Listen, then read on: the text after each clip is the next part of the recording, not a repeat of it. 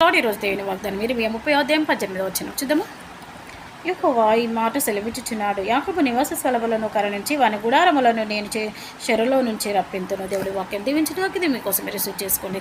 మీరు ఎలాంటి చెరలో, ఎలాంటి ఇరుకులో, ఇబ్బందుల, కష్టంలో, బాధలో, ఎలాంటి సమస్య అయినా సరే దేవుడు వాటి నుంచి మీరు విడిపిస్తా అని మాట్లాడుతూ ఉన్నాడు. ఈరోజు నువ్వు ఎలాంటి శ్రమలో అయినా సరే, అది ఎలాంటి చెర అయినా సరే దేవుడు వాటి నుంచి విడిపిస్తాడు. ఎలాంటి కష్టమైనా సరే దేవుడు నిన్ను విడిపిస్తానని మాట్లాడుతున్నాడు. కళ్ళు మూసుకు ప్రార్థన చేస్తాను.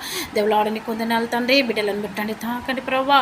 నాయన వాళ్ళు ఏదైతే నేను చేయలేము, నేను బయటపడలేను, మా వల్ల కాదని ఏడుస్తున్నారు, ఎలాంటి కష్టంలో ఉన్నారు ప్రభా, ఎలాంటి షరలో ఉన్నారు, ఇరుకులో, ఇబ్బందుల, బాధలో ఉన్నారు ప్రభా. వారిని విడిపించి బయటకు తీసుకురండి ప్రభా.